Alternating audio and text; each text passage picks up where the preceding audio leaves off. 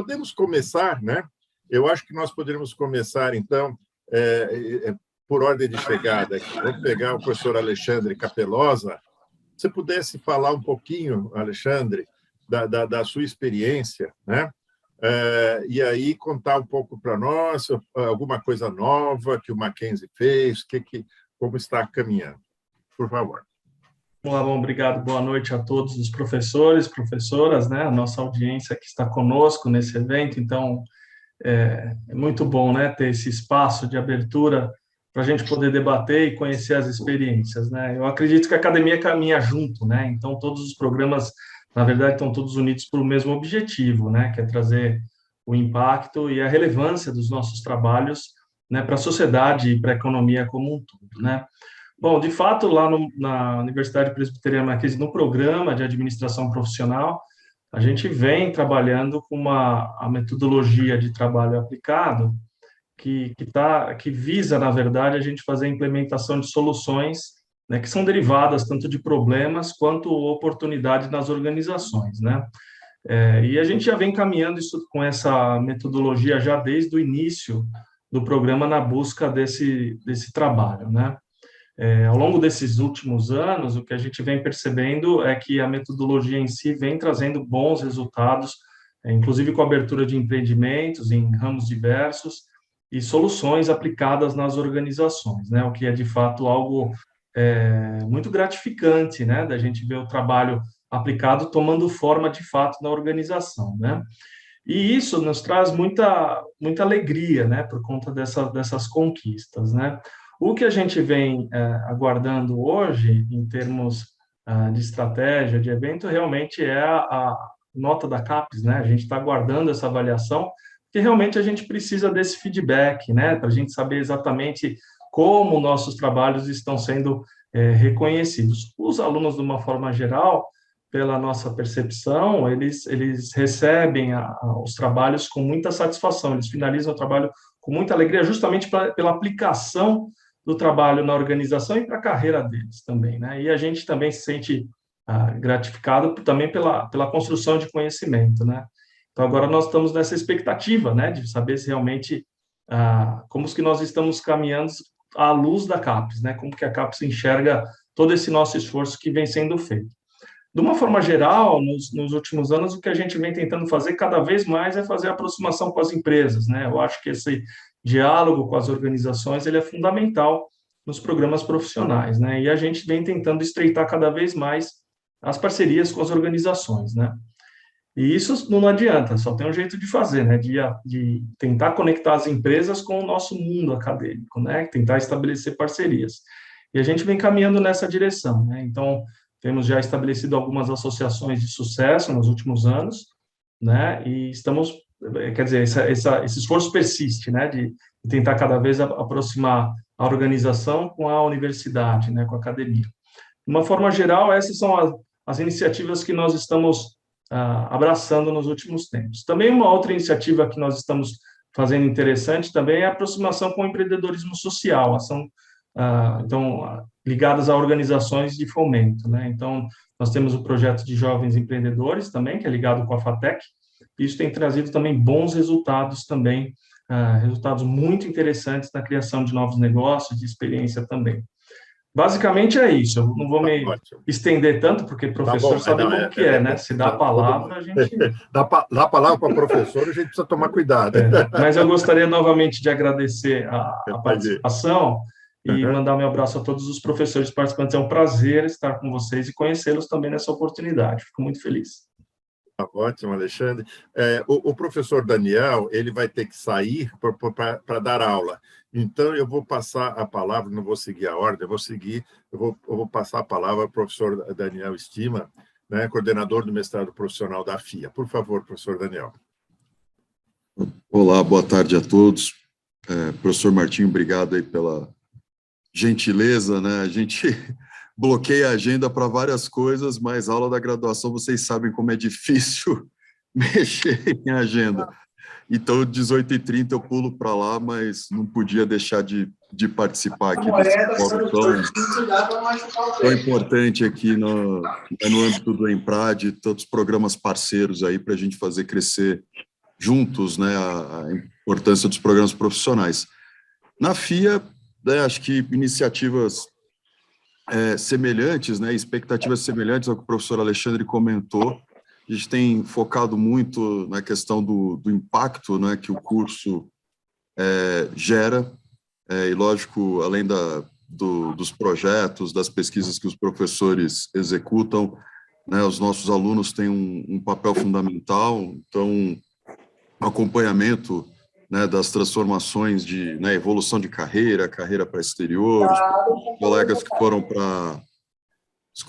foram para o exterior, os colegas que fizeram transição de carreira para consultoria, para a própria docência. Então, tudo isso vem sendo acompanhado e que impacto que isso gera na sociedade, seja pelo projeto de consultoria, que melhorou a vida de alguma ONG, projeto que gerou resultado na organização, né, resultado financeiro, e por aí vai. Questão de CAPES e avaliação, acho que esse feedback, essa atenção deve estar correndo para todos os programas, né? A gente também, na FIA, está com uma ansiedade grande, até porque no último quadriênio a gente trabalhou muito forte, visando a mudança de patamar, né? Então, inclusive no período da pandemia,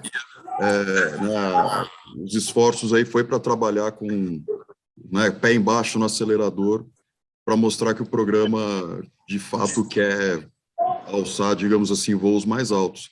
Uma preocupação que talvez, compartilhando aqui, talvez seja de vocês também, que definições que nós vamos ter da CAPES em relação à questão aí do modelo híbrido, né, modelo simultâneo, que alguns colegas chamam, que é algo que a gente teve que migrar, né, de maneira forçada. É de vidro. Eu vou pedir só para, pedir só para a Flávia desligar o som, por favor, Flávia. Obrigado. Pode continuar, por favor. Né, a questão do modelo híbrido, a gente foi forçado a adotar esse modelo.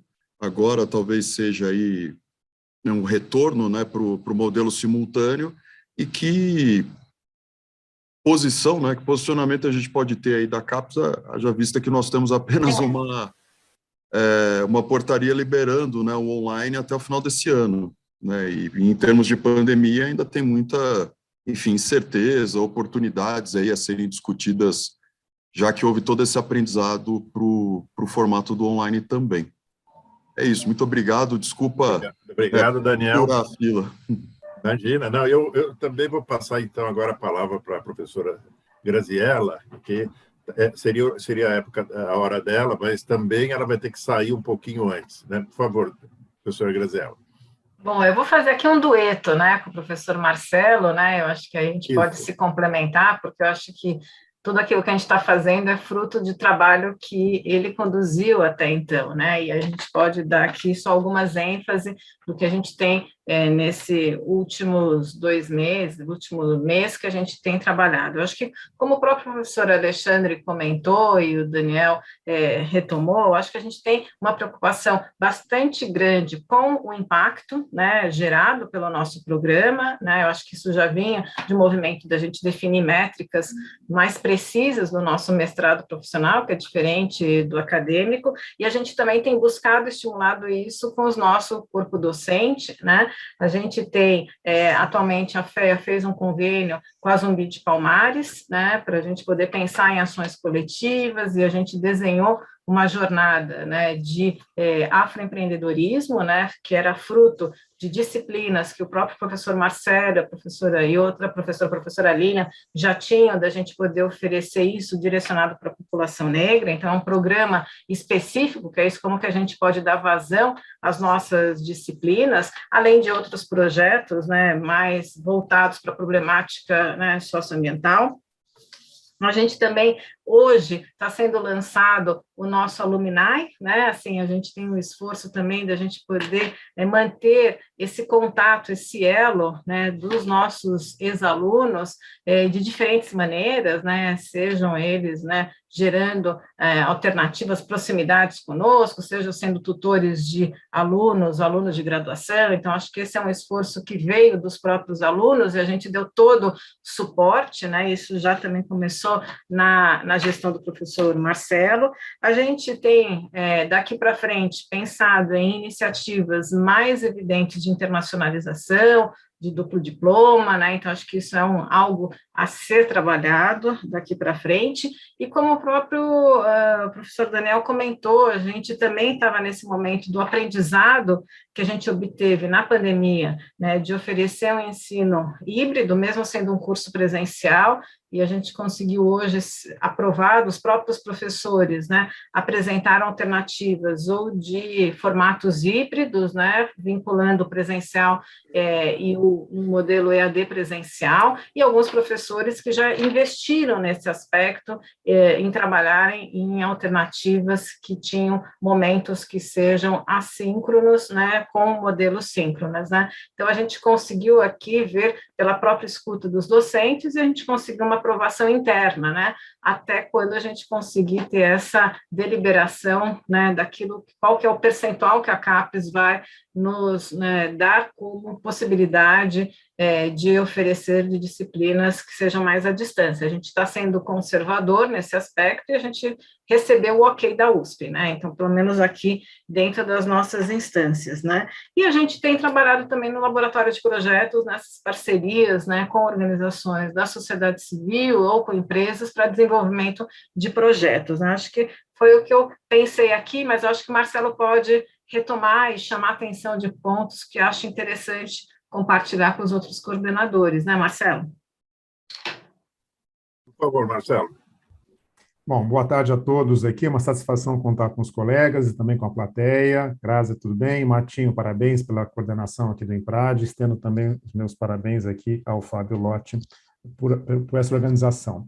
E por trazer essa questão relevante, que é, mais uma vez, discutir os mestrados profissionais no Brasil, né? Especificamente, então, sobre o mestrado profissional em empreendedorismo, além do que a Grazi trouxe, eu queria só trazer mais duas questões, até para colocar em discussão com os colegas aqui, principalmente no sentido de olhar as entregas e o impacto, né? Em termos de entregas, nós fizemos eu diria que um esforço muito grande, e eu diria nós por quê? Porque o programa começou há praticamente 8 anos, agora 8 anos e meio, ou 8 anos e alguns meses, né? Então, 4 anos com o Martinho, depois 4 anos aí comigo, e agora, enfim, certamente mais 4 com a Grazi, né? Uma das questões importantes que nós nos dedicamos foi a questão de atração de bons talentos, né? E aí, tentar direcionar esses talentos para 3 vertentes, que eu acho que esse que é o posicionamento de um mestrado profissional, né? A primeira vertente é a vertente clássica, de um avanço na sua continuidade acadêmica. São métricas clássicas, inclusive, de impacto, que programas lá fora, os MBAs clássicos, olham, né? Ou seja, os alunos que entram no MBA, depois que eles saem, quantos que eles avançaram na carreira, e uma coisa típica aí do mercado mais americano é verificar a progressão salarial, né? Mas, de qualquer forma, acho que esse é um elemento importante, nós estamos monitorando, né? Temos, acho que todos agora que monitorar os egressos, né? E aí tivemos alunos fantásticos em posições de destaque, enfim, CEOs, por exemplo, né? De várias empresas. Eu cito por exemplo, o Antônio Nasser da Baxter, né? Só para dar um exemplo aqui. A outra vertente, então, a primeira vertente, avançar nessa questão profissional, e aí sim trazer, na realidade, os nossos aqui, enfim, aprendizados, tá certo? E colocar dentro do mundo corporativo. Acho que a segunda questão, que aí também tem a ver com mestrados profissionais, a transição de alunos, né, que entram no mestrado, depois progridem na carreira acadêmica, caminhando para um doutorado acadêmico e, eventualmente, agora, com a modalidade já aprovada em alguns programas de doutorado profissional. Então, nós tivemos alunos que, inclusive, já finalizaram, inclusive, doutorado, já tendo feito o mestrado aqui conosco, né? Lembrando que o nosso programa é novo, né? Tem praticamente 8 anos, né? Então, já temos, inclusive, alunos formados em doutorado, como é o caso do Arthur Vilas Boas, né? E a terceira vertente, que é típica aqui de um programa nosso de empreendedorismo, é fomentar a própria questão do empreendedorismo, e temos vários alunos que avançaram com startups, captaram investimentos, enfim. Então, o próprio Arthur, enfim, temos aqui o CEO da Grão Direto, o Alexandre Borges, enfim, André Palma, só para citar alguns, reforçar a questão de 3 vertentes importantes. Primeiro, a questão de avanço profissional, típico de qualquer programa de mestrado profissional. Segundo, avanço na carreira acadêmica, em alguns casos até, a depender da faixa etária, com uma transição para esse, enfim, uma segunda carreira, vamos chamar assim, no mundo acadêmico, tá certo? E a terceira, no nosso caso em particular, em fomentar atividades empreendedoras, particularmente inovadoras, que são as startups. Essa foi uma vertente importante e, na realidade, alinhada a isso, um foco muito forte na questão do impacto, como foi trazido aqui. Acho que essa é uma discussão importante e até trazer um pouco do que nós entendemos como impacto. Né? Primeiro, a questão da relevância, e sim tem a ver com a natureza prática dos programas, né? Portanto, as lógicas nossas são que um tema de pesquisa vem da experiência profissional do candidato, de um problema que ele se depare no seu mundo corporativo, no seu mundo das startups, por exemplo, e um elemento que nós entendemos como fundamental, que é o rigor científico, né? Isso é um pouco, talvez, polêmico, não é, eu diria que não polêmico em si, mas não é um consenso quando se fala em mestrados profissionais, mas, de qualquer forma, nós seguimos o que a USP define como um programa de mestrado, no sentido de entregar uma dissertação e, portanto, com um rigor metodológico, um rigor científico, tal e qual um mestrado acadêmico. A grande diferença, portanto, significa colocar ênfase na relevância, particularmente na relevância prática, de forma que o equilíbrio entre o rigor e a relevância gera um impacto. Então, acho que isso eu queria complementar. A Grazi trouxe questões importantes, como inclusão, como internacionalização, que acho que agora é o momento de reforçar esses elementos aqui. Bom, da minha parte é isso. Mais uma vez agradeço aqui, uma satisfação, enfim, colocar em discussão esses temas com os colegas aqui. Eu que agradeço, a professora Graziella, ao professor Marcelo. Eu solicito agora ao professor Pascoal que possa contar um pouco da sua experiência. Por favor, professor Pascoal. Você tem que abrir o som, isso, por favor. Boa tarde a todos, prazer. Meu nome é Pascoal, eu sou coordenador do mestrado profissional em Controladoria e Finanças da FIPECAF, fundação parceira, né, da FIA, dentro do contexto da própria FE, e é uma satisfação muito grande estar aqui com vocês. O nosso programa também é novo, a primeira turma iniciou em 2016, e desde então nós temos participado do EMPRAD. Tivemos a satisfação, já em 2016, de ter diversos trabalhos aprovados, e isso tem se repetido com muita satisfação em todos os anos. Tivemos, inclusive, trabalhos premiados no EMPRAD, vários que foram indicados para Fast Track. Então, isso tem sido algo muito motivador para os nossos discentes. Na hora que está chegando o EMPRAD, já há uma euforia dentro do próprio ambiente nosso, dada a nossa integração. Esse ano, de uma forma mais intensa, estamos tendo a oportunidade de participar dentro dos grupos de trabalho e, enfim, poder contribuir de uma forma mais efetiva com esse evento, que, na minha visão, tem sido um grande diferencial para os programas profissionais. De fato, ele possibilita que as pessoas percebam, né, quanto é relevante esse tipo de proposta de cursos e como as organizações e as pessoas têm buscado esse tipo de programa, e o EMPRAD dá essa oportunidade, inclusive pelo formato que ele possibilita, né, quer dizer, à noite, quer dizer, de fato para quem trabalha, para quem está envolvido nas empresas. Eu acho isso fantástico. Parabenizo o professor Martinho e todos vocês por manterem essa linha, que eu acho que é um grande diferencial, né? Nós, da FIPECAF, nós também, da mesma forma que vocês, estamos ansiosíssimos pelo processo de avaliação, né, que ontem, inclusive, com mais uma informação judicial de que mais uma tentativa de retomar o processo avaliativo não foi aceito, enfim. Então, continuamos nessa incerteza, nessa dúvida, né, do que acontecerá em termos de prazos, programas, inclusive, que estão dependendo de iniciar com processo de andamento, enfim, tudo aquilo que nós sabemos que está prejudicando, né, o nosso contexto. Mas diria que, paralelamente a isso, nós temos buscado efetivamente desenvolver um trabalho muito intenso. Nos últimos 4 anos, nós tivemos um foco muito grande em formar uma equipe, né, formar um time, porque é primeiros 4 anos bastante trabalhoso, né, você criar todo o corpo de professores, diferentemente de vocês que fazem parte já das universidades e que tem uma relação direta com o corpo docente. A FIPECAF é uma é uma instituição nova do ponto de vista como faculdade, iniciou em 2011, então tem todo um processo formativo que está sendo construído, mas está sendo muito positivo para a faculdade, né? A faculdade vem se beneficiando muito positivamente disso, tendo alcançado notas máximas no MEC. O programa ainda é novo, está nas classificações iniciais, né? Temos enfocado muito com os nossos estudantes no sentido de que eles divulguem, que eles sejam protagonistas, difundindo o conhecimento. Isso tem acontecido de uma forma muito intensa, temos acompanhado a carreira deles com diversas iniciativas de difusão de conhecimento, publicações. 65% dos nossos discentes publicam individualmente ou em conjunto com os professores. Então, isso tem sido, assim, muito interessante, observado.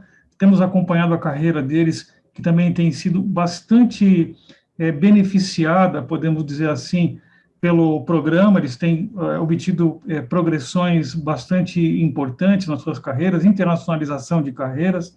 Então, eu diria que a visão focando a qualidade daquilo que está sendo publicado, difundindo conhecimento e, ao mesmo tempo, promovendo a melhoria da condição do profissional, tem sido o foco nosso.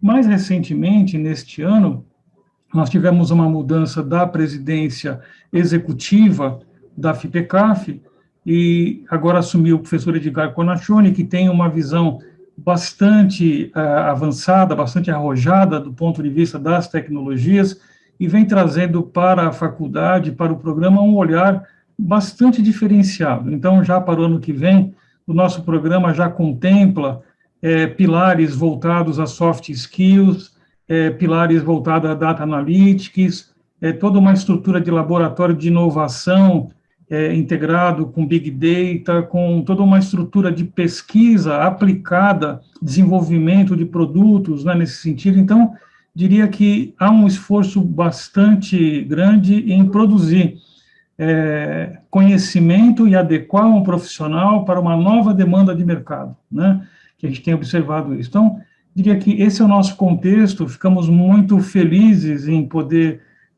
participar desse evento.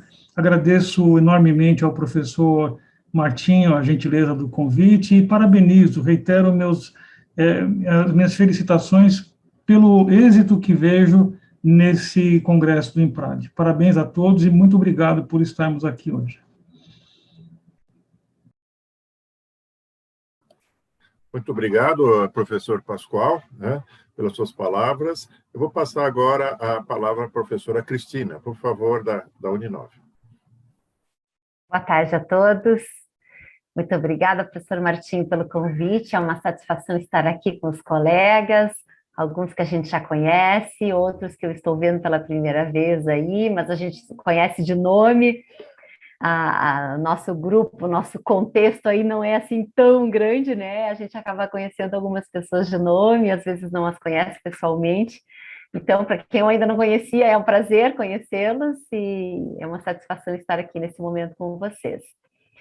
Bem, eu coordeno o programa de pós-graduação em gestão de projetos, que é o mestrado e o doutorado profissional em administração da Universidade 9 de Julho. Então, nós temos já, que alguém comentou aí sobre o doutorado profissional, nós já estamos tendo essa vivência também, e eventualmente se poderia compartilhar aqui alguma coisa com vocês.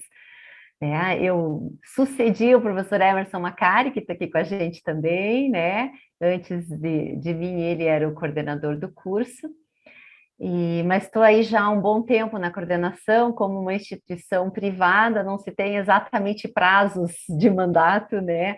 A gente vai atendendo ao que a nossa reitoria nos pede, então, por enquanto, continua aí já há um bom tempo. E o nosso programa, ele começou como um mestrado profissional em 2010, então a gente fez 10 anos já de existência, agora no início do ano farão 10 anos da primeira dissertação defendida, e tivemos o doutorado profissional que iniciou no início de 2019. Então agora, esses dias, nós tivemos o primeiro doutor já que titulou com um pouco menos de 3 anos, o doutorado na Uninove, por questões institucionais, ele tem um prazo de 3 anos e não de 4 anos. né? Então, se segue aí essa estratégia de um período mais curto de formação para o doutor. Eu não sei se todos vocês sabem, mas a Uninove também tem como estratégia a bolsa de gratuidade. Então, os alunos de mestrado e de doutorado, seja profissional, seja acadêmico, eles não pagam o curso, né? A instituição investe e oferece a gratuidade nos programas de mestrado e doutorado. Em consequência disso, ou enfim, como uma contrapartida disso, a gente consegue amarrar com nossos alunos um bom compromisso em termos de comprometimento, em termos de metas, de atingimento, de prazos e etc. Conseguimos atrair também bons alunos, porque acaba sendo uma opção atrativa, uma vez que o curso não é pago. Alguns destaques que eu poderia aqui trazer para vocês, pensando exatamente nesse contexto profissional, né? O nosso formato de trabalho final, ele é o formato tradicional de dissertação, mas ele obrigatoriamente tem que ter um foco bastante aplicado, né? Tem que ser num contexto prático, desenvolvido num contexto prático, e ele tem um capítulo lá na parte final do documento que se chama Contribuições para a Prática. Então, toda dissertação, ela tem um capítulo onde o aluno tem que conseguir extrair aí uma espécie de relatório executivo, alguma coisa que permita ao profissional da prática ler apenas aquele capítulo e entender como é que ele pode aplicar aquilo no contexto de prática profissional, né? Então, essa foi uma forma que a gente achou que isso está implantado já há longo tempo, para que se pudesse ter uma comunicação mais voltada para o praticante. Muito embora ele não vá ler uma dissertação de mestrado, mas muitas vezes esse fragmento, né, esse capítulo, acaba sendo publicado num formato de artigo tecnológico, num formato de um relatório executivo enviado para os participantes da pesquisa ou para a empresa foco do estudo. E é interessante que não é muito fácil conseguir fazer o aluno produzir essa parte de aplicação mais prática, porque o aluno acaba entrando naquele envolvimento de produção científica, né, e no rigor de uma dissertação, e acaba tendo uma certa dificuldade de desenvolver. Mas esse é um elemento que a gente acaba extraindo, então, né, a essência prática de todas as dissertações de mestrado. Já para o doutorado, a proposta de tese profissional que nós apresentamos é a proposta de tese por estudos. Então, ela é constituída por, em geral, 3 estudos, sendo que, obrigatoriamente, o aluno precisa ter uma produção tecnológica decorrente da tese. Então, essa produção tecnológica, ou ela vai ser um software desenvolvido, ou ela vai ser uma patente, ou ela vai ser um artefato de outra natureza, mas é obrigatória a entrega de uma produção tecnológica já no momento da tese. E, embora ela tenha esse formato por estudos, ali dentro também tem que ter um capítulo que fale, como se fosse um estudo, né, que fale do produto tecnológico desenvolvido na tese. E esse é um desafio, né, porque muitos de nós também, assim, eu vejo no nosso grupo de 12 professores, nós temos alguns professores que têm uma facilidade muito grande de desenvolver produtos tecnológicos. Por outro lado, temos outros que não têm essa facilidade, que têm, aliás, uma grande dificuldade, né? Então, isso é um desafio para todos nós, para os alunos e para os professores também. Tivemos agora a primeira tese defendida e estamos aí batalhando para ver, bom, será que esse modelo que a gente propôs é de fato o modelo mais adequado, né? Mas estamos já fazendo melhorias, mas parece que estamos aí num caminho mais, assim, adequado. Um outro ponto que eu podia trazer para vocês, a gente tem ao longo da trajetória de formação do mestrado, por exemplo, uma disciplina que é a disciplina de práticas. Aqui, está me fugindo do nome agora da disciplina, práticas aplicadas a projetos, isso, onde o aluno de mestrado desenvolve um artigo tecnológico ou um relato técnico. né? Então, ela é já no primeiro semestre, e o aluno já é levado a pensar num problema empresarial e a pensar na solução e a saber como desenvolver essa produção já de um caráter mais profissional, mais tecnológico. No doutorado, nós temos também uma disciplina de práticas de pesquisa avançada, e nessa disciplina do doutorado, nós fazemos um exercício com Design Science Research. Então, a gente, a cada edição da disciplina, se aproxima com 2 ou 3 empresas, traz os problemas das empresas para a sala de aula, e os alunos, então, fazem uma aplicação muito rápida do processo de DSR, né, que tem o propósito de emergir, de partir do problema da empresa, buscar literatura, buscar solução e propor para a empresa uma solução. E a gente também tem avançado na tentativa de desenvolver mais teses e dissertações com essa metodologia, né, que também é uma metodologia um pouco mais desafiadora, porque é um outro paradigma de se olhar, né, partindo do problema para prático, para então poder desenvolver a solução em contexto empresarial, mas sempre, claro, tendo todo um rigor aí acadêmico e metodológico e de revisão de literatura. Um outro ponto, nós temos também uma disciplina que trabalha a pesquisa, a busca em bases de patentes. A proposta com isso é colocar o nosso aluno em contato com esse tipo de produção tecnológica, para que ele possa, além de pesquisar, fazer sua pesquisa em bases bibliográficas, que ele possa também fazer sua pesquisa em bases tecnológicas, a exemplo de patentes, e assim poder visualizar essa outra possibilidade, né, de desenvolvimento de produtos tecnológicos e de busca de conhecimento nesse contexto. Temos aí feito um esforço para o desenvolvimento dos produtos tecnológicos, com algumas oficinas, trabalhando isso mais fortemente no doutorado também, para que a gente aprenda e os alunos também aprendam. E um outro ponto que eu podia ainda destacar, eu acho que finalizando aqui minha fala, né, é que, assim, uma das evidências que a gente vê que os nossos trabalhos têm tido resultados positivos, existe um prêmio, que eu não sei se vocês conhecem, que se chama Prêmio Projeto do Ano. Ele é organizado pela revista Mundo PM, que é uma revista profissional de gerenciamento de projetos. E eles, então, realizam esse prêmio anualmente, e uma das categorias do prêmio é projetos acadêmicos. E nós, nos últimos 6 anos, aí, sempre tivemos alunos entre os finalistas do prêmio, e em alguns contextos como os vencedores do prêmio, pelo resultado das suas dissertações.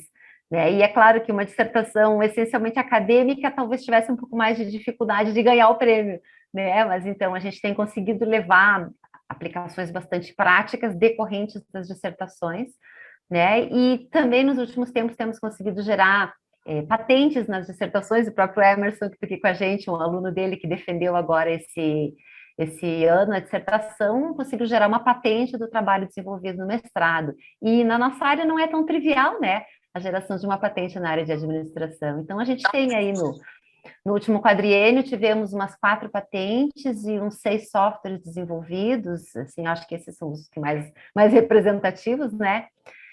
Tentando trilhar um caminho para ter um pouco mais de impacto aí em contexto prático. E estou à disposição, caso alguém queira trocar alguma figurinha aí na sequência também, sou bastante acessível, fiquem à vontade para interagir comigo se desejarem. Muito obrigada, professor Martinho, pela oportunidade. Nós é que agradecemos, Cristina. Eu vou passar a palavra para o professor Emerson, que foi o coordenador anterior e que também hoje tem ocupa uma importante figura na CAPES, né? Então, eu acho que é muito importante ouvirmos um pouco da experiência do professor Emerson, né? Tanto do ponto de vista como coordenador, como do ponto de vista como um alto executivo da CAPES. Por favor, professor Emerson. Boa tarde, professor Martinho, colegas, Marcelo, professora Grazi, outros que eu não conheço de nome, professora Cristina Martins, claro, minha amiga e colega do programa, professora Esther Jurão, conheço também pessoalmente, professor Vilmar, Júlia e demais pessoas que estão aqui, que eu não estou vendo a carinha do pessoal, mas alguns eu conheço de nome, outros pessoalmente. Então, agradeço, professor Martinho, pela pela oportunidade de estar aqui. Estão me vendo certinho? Pela oportunidade de estar aqui, falando, ouvindo também o que as pessoas estão fazendo. E, assim, nós lá na CAPES, o que a gente... Assim, eu não estou na parte de avaliação, eu não estou na diretoria da DAV, que é avaliação. A minha diretoria é a diretoria da parte internacional, mas tem uma forte relação com a avaliação, porque os cursos de excelência, eles têm essa questão internacional bastante forte, né? Do que está se fazendo, a atratividade em âmbito internacional de um programa. Então, a nossa diretoria ela tem bastante sinergia com a avaliação. Não tem ainda muita sinergia no caso do resultado, mas ainda não tem, por incrível que pareça, ela não tem tanta sinergia com a diretoria de avaliação, que são diretorias distintas, e uma, no caso a nossa, ela supre a de avaliação com todos os editais, o pós-doc sanduíche é da nossa diretoria, doutorado pleno, o professor visitante no exterior também é da nossa, o PRINT, que é o programa que a gente está fazendo agora para as 36 mais internacionalizadas das instituições, nós também cuidamos dessa parte. E aí, a diretoria de avaliação, que é o que todo mundo conhece mais, é o que se beneficia de todo um trabalho feito na nossa diretoria. E o que a gente faz, o que a gente fez até agora no âmbito dos programas profissionais, né? E até foi uma lembrança que a professora Cristina Martins, que está aqui, me fez, quando eu cheguei na CAPES, ela falou, olha, Emerson, não esqueça de ver para nós a questão do doutorado sanduíche profissional, porque tem o acadêmico, mas não tem o profissional. E aí eu levei essa demanda lá para a nossa diretora, ela gostou da ideia, e então está na mão da presidência da CAPES hoje em aprovar essas bolsas aí do doutorado profissional sanduíche, que é o modelo que a gente formulou, basicamente, tem duas pernas, uma perna que ela é na universidade de 6 meses, pago pela CAPES, e a outra perna de mais 6 meses, pago pela empresa, pelo laboratório, se for farmácia e tal, pelo hospital, pela empresa, escritório de advocacia, pela indústria, for parte de engenharia. Então, a gente vai ter a ligação entre o estudo na universidade com o projeto aplicado na empresa, na parte profissional. E aí, quando o aluno voltar, ele vai ter que voltar e passar e fazer um relatório. Por incrível que pareça, todos os alunos que foram profissional e acadêmico, no PDSE, por exemplo, que é o doutorado sanduíche, eles não tinham nenhuma obrigação de chegar no Brasil e apresentar o resultado. Era só ir, ele só tinha que voltar 6 meses antes. Quer dizer, é muito simples. O cara vai para o exterior, fica lá 1 ano e tem que voltar 6 meses antes como obrigação. Aí a gente colocou, até porque a gente fazia isso e faz na Uninove, que vai para o módulo internacional no exterior, tal, quando volta, os alunos têm que apresentar um relatório, o que fizeram, etc. e tal. E isso nós colocamos, então, também no edital, lá do PDSE, para que quando o aluno voltasse para o país, ele pudesse fazer uma apresentação para o grupo aí, do que ele viu lá no exterior. Então, o aluno hoje, quando tem que voltar, além de voltar 6 meses antes, tem que trazer uma contribuição do que ele desenvolveu no exterior, qual foi a experiência, o que ele estudou, sabe, como fosse um seminário. Então, é isso que a gente colocou. Então, várias questões que a CAPES, ela não tem muitas vezes, quem está nas posições ali são excelentes acadêmicos, mas eles não fizeram a gestão de curso de pós-graduação. Eles não sabem o problema que acontece ali embaixo. É muito simples, mas eles como não vivenciou, não tem o problema. E eu tive essa oportunidade de viver o lado de cá, no sentido de ser um coordenador e também ser um pesquisador. E aí essas grandes questões a gente levou para lá. Por exemplo, uma outra questão que nós estamos agora debruçados, que é algo interessante, nós estamos debruçados na questão da fuga de cérebro do país, né? Estamos com 8 mil alunos que saíram do doutorado pleno, que é 4 anos no exterior, investimento país, mais ou menos, cada aluno, 1,2 milhão custa cada um desses, e só vão para lugar bom, Sorbonne, Yale, Stanford, Harvard, MIT, Só tem escola boa que eles vão. Aí ele vai muito novo, 23 anos por aí, acabou o mestrado, vai.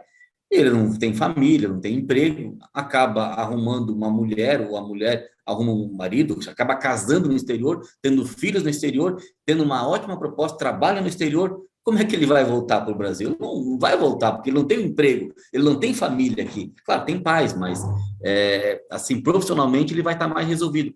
E aí a gente está com um projeto, nesse caso, de ter um banco de talentos, e aí a gente fez, e isso tem uma ligação com o mestrado profissional e doutorado profissional, que é um banco de egresso. E aí eu tenho um rol de alunos formados no exterior, doutores, que poderão ser professores participantes de programa de pós-graduação no Brasil, tanto acadêmico como profissional. E aí nós temos para ele pagar essa dívida com o país, para ele não ter que voltar, porque a única coisa para ele pagar a dívida é voltar. Voltar e ficar 4 anos. Ficou 4 anos no exterior, ficar 4 anos aqui e pagou a dívida. Mas ele pode vir 4 anos aqui e ficar desempregado. E que dívida que ele pagou? Nenhuma.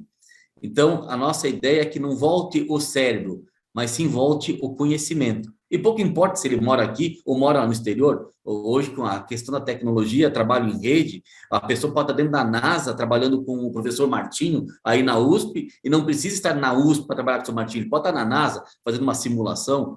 Então, a nossa ideia foi exatamente essa. Eu acho que isso é bacana porque vai ajudar os programas a se internacionalizarem, porque vai ter uma pessoa no exterior. Muitas vezes, você não tem a pessoa no exterior para ser o parceiro.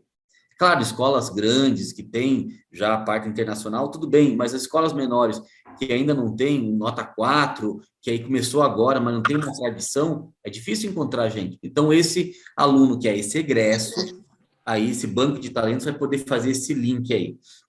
Uma outra questão também que a gente está trabalhando lá na CAPES, com essa parte internacional e para ajudar os programas, é a questão dessa aplicação. Nós estamos assim, nós colocamos algumas coisas de avaliação que é o impacto para a sociedade.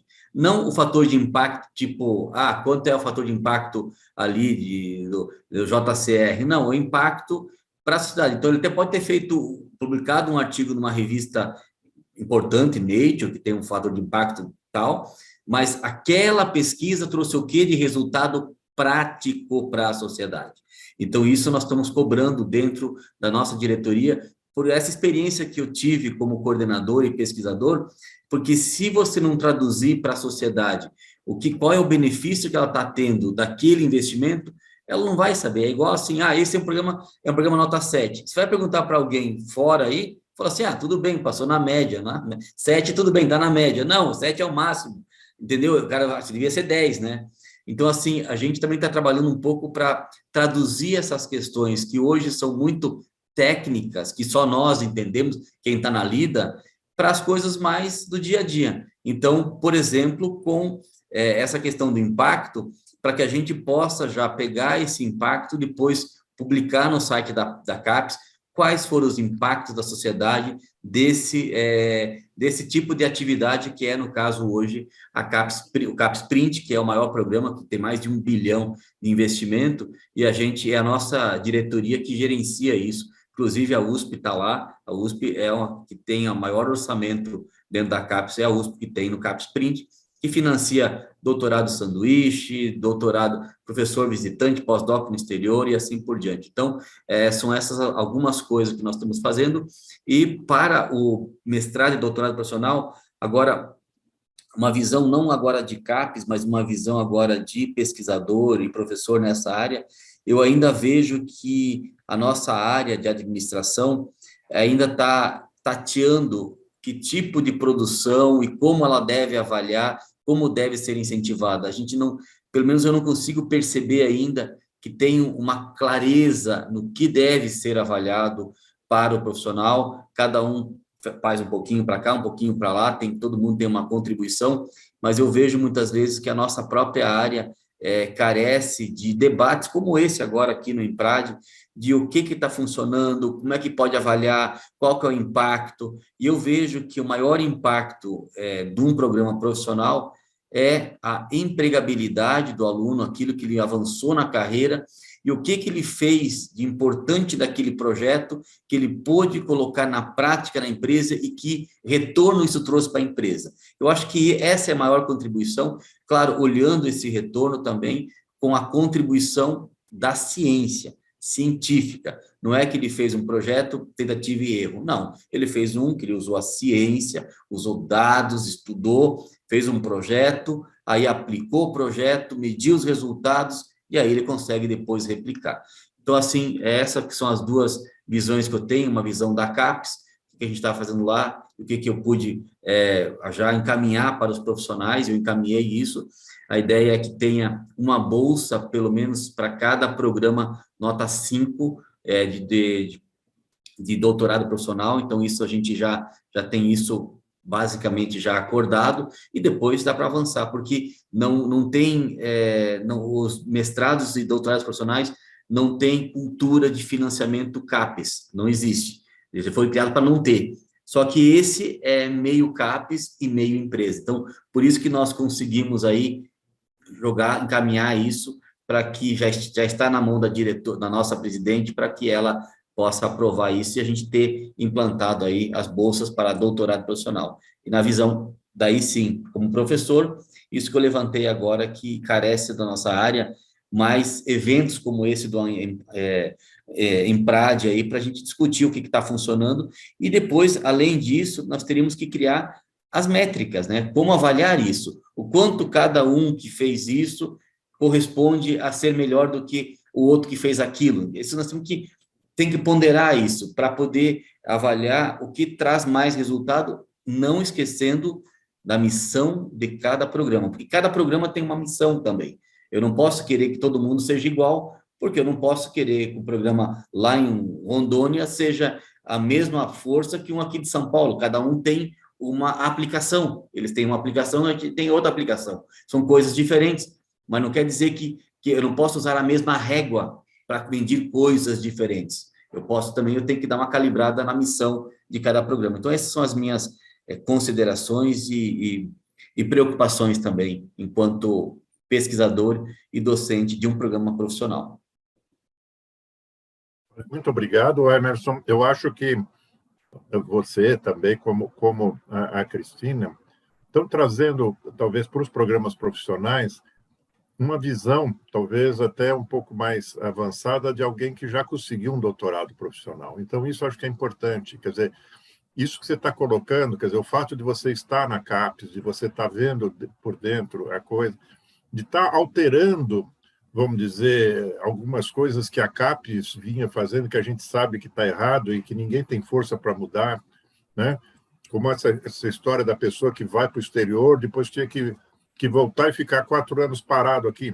Não acho que está tudo certo. A gente tem que tornar isso muito mais prático. Olha, muito obrigado. Eu acho que isso está sendo... E essa ideia, né, da gente talvez criar um grupo, como nós estamos aqui, de coordenadores de programas profissionais, isso seria muito importante para a gente trocar ideias, se aconselhar, coisas assim, que eu acho que às vezes a gente não tem, né, porque é uma coisa diferente, realmente. O acadêmico todo mundo já conhece, já participou, já foi, mas o profissional sempre tem muita coisa nova, que eu acho que carece a gente realmente procurar alguma coisa.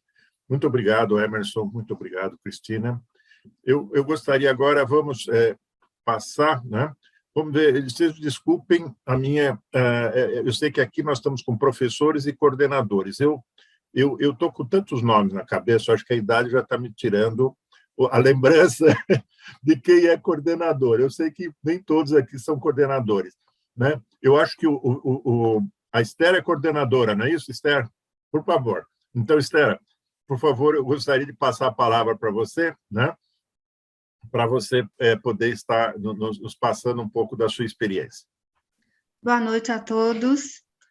Prazer rever Cristina, Emerson, os outros professores não conheço, mas prazer conhecê-los pessoalmente, né? Porque já participei da Emprade, a FPL Educacional já foi parceiro desde o início da Emprade, então já nos conhecemos, não tão bem, não pessoalmente, mas prazer em conhecê-los. Eu estou apenas um ano na coordenação do mestrado profissional. O nosso mestrado foi o primeiro mestrado profissional de Minas Gerais. Nós funcionamos já há 20 anos, então a gente já tem uma trajetória, mas essa trajetória é muito interessante, porque, como bons mineiros, a gente ficou no meio das montanhas, sem tanta divulgação. Então, os nossos alunos adoram as aulas, mas a nossa divulgação, eu vejo assim, hoje, né, com essa questão de mídia, com essa questão de muita publicação, o professor Emerson já nos deu muita ajuda, já nos deu muitas palestras, então, nós ficamos muito no meio das montanhas. E há um ano atrás, quando eu assumi a coordenação do mestrado, vendo esse aspecto profissional, especialmente porque todos os nossos trabalhos são 100% aplicados, mas eram muito pouco divulgados. Então, de lá, desde que começamos até agora, todas as disciplinas, assim como a elaboração das dissertações, elas são feitas dentro da modelagem de projetos.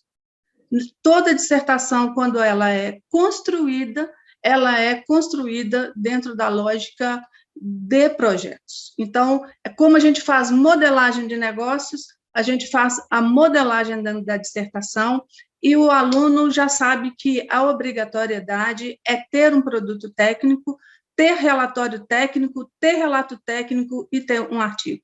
Então, isso já vem em contrato, porque a gente já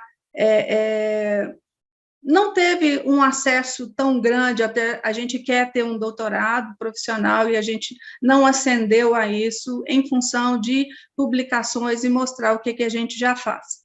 Então, em função disso, eu fiz convênio com um hospital, com o ISVOR, não sei se vocês conhecem, a Universidade da Fiat, é uma universidade do grupo Fiat. Então, nós estamos pegando os cases dessas empresas e de outras empresas, porque durante 5 anos nós ganhamos muita expertise em gestão de instituições de ensino. Então, nós temos reitores de Universidade da Amazônia, no Pará, Amapá, Rondônia, nós estamos perto do aeroporto de Confins, então, hoje nós temos alunos do Brasil inteiro.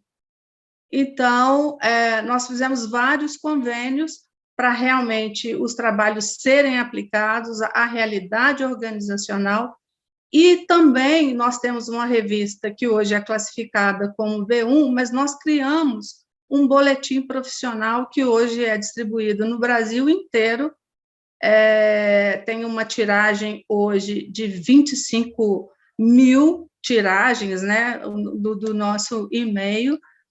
Por exemplo, se a gente fez uma dissertação sobre teoria da complexidade, a gente, no boletim, coloca qual que é a aplicabilidade para a leitura das organizações em teoria da complexidade. Atualmente, a gente faz 3 workshops internacionais, então, nós já fizemos 3, e ano que vem vamos fazer mais 3, e cada núcleo das linhas de pesquisa, nós também temos 2 disciplinas sendo ministradas em espanhol e em inglês. Então, inicialmente, é isso que começamos a fazer. Muito trabalho para um ano, mas estamos caminhando. Parabéns, professora Esther. Eu acho que realmente vocês estão caminhando numa... É o primeiro, né? Quer dizer, então é interessante que nós temos aqui, eu acho que é o primeiro doutorado profissional e temos o primeiro mestrado profissional também, né? Entre os representantes. Acho que isso aqui é um grupo assim muito rico para a gente poder trocar ideias, né? Falando de novo que eu não conheço todo mundo, eu ia perguntar, professora Juliana, você é coordenadora? Não, né? Professor Vilmar, eu acho que eu tenho certeza que ele é o coordenador. Vilmar, por favor. Olá, muito boa tarde, satisfação, cumprimento a todos os colegas, professor Martinho. Sou da Universidade Regional Integrada, Rio Grande do Sul, aqui no cantinho do estado, quase na divisa com a Argentina. Oportunidade de presencialmente já participar do EMPRAD aí em outros anos, né? Então, é sempre uma satisfação aqui a gente reencontrar e dialogar. Então, fazendo um pouco dessa memória, me chamou muito a atenção as falas do Emerson aí, quando ele fala do impacto, né? E é o que nós buscamos constantemente, obviamente, como os demais que antecederam falam essa busca, né, pela aplicação, pela prática lá no meio produtivo. E eu quero, acho que, me ater a uma particularidade aqui, que é da nossa região. A região noroeste do estado do Rio Grande do Sul tem aqui, como recorte mais do estado mesmo, as universidades comunitárias, né? Então, a nossa universidade é uma universidade comunitária que tem essa atuação aqui, basicamente, num rol de 25 municípios, né? Aqui na região das Missões. E por ser essa característica de uma universidade que dialoga com a região, o nosso programa também, nesse aspecto profissional, busca esse diálogo com as instituições públicas, e aí eu vou fazer referência a um Conselho Regional de Desenvolvimento, que é um CORED, que a gente chama, né? A região nossa é o CORED Missões, com esse recorte de 25 municípios, assim como temos uma outra região, por exemplo, lá, pegar a região da produção, pega mais a região central do estado, e é um recorte de municípios, né? Mas, basicamente, então, a nossa região de CORED busca trabalhar o desenvolvimento regional, e aí o nosso programa se insere, por exemplo, assim, com um aluno lá de uma prefeitura que vem para o programa com uma demanda de montar um planejamento estratégico para o município tal, e isso é muito característico, né? E nós trabalhamos fortemente para o planejamento estratégico do CORED Missões, por exemplo. Então, nós, professores, temos pesquisa direcionada para isso, fazer essa inserção, né, das prioridades que uma determinada região tem para eleger numa consulta popular, que acontece a cada ano. Então, destacar, assim, na prática, o que o nosso programa vem fazendo, né? Alunos que participam das assembleias regionais, assembleias municipais, procurando deixar para essas comunidades que se reúnem, né, elementos de como priorizar projetos que tenham a abrangência mais do que o recorte do município, que tem a característica de promover a região, né? E aí, são vários exemplos. Então, nessa particularidade, eu menciono, assim, a importância que ele traz para o desenvolvimento local e regional, né? O programa tem buscado contemplar, e por isso a gente participa, por exemplo, desses dois fóruns da região, Associação dos Municípios das Missões, que a gente chama de AMM, né? Então, a gente ganha espaço nesta assembleia mensal da AMM para apresentar e, consequentemente, as prefeituras subsidiam parte de mensalidade dos alunos para frequentar o programa, com esse propósito de voltar ao município e desenvolver, contribuir para essa construção do planejamento estratégico aí municipal.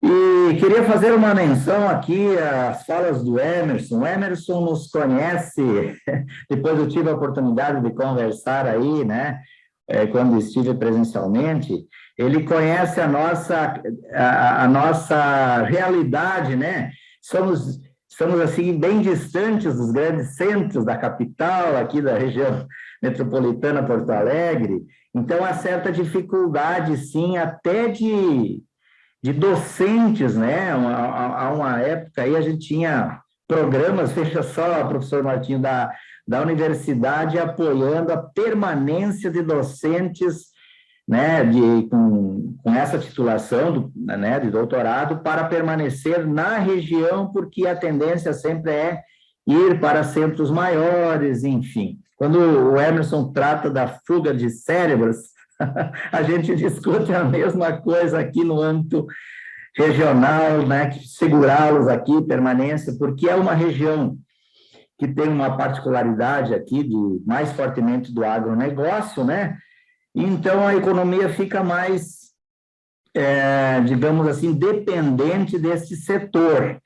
E aí, quando a gente busca aqui o âmbito da industrialização, né, tem uma série de dificuldades, e por esse contexto é que a região metropolitana e outros centros de maior desenvolvimento industrial tende a buscar levar os elementos que aqui a gente forma e tal. Então, falei um pouquinho do que é a nossa característica aqui mais de atuação regional, né, que tem se voltado, sim, para de fato atender aquilo que a universidade tem como a sua estrutura básica de contexto da região, desenvolvimento local e regional.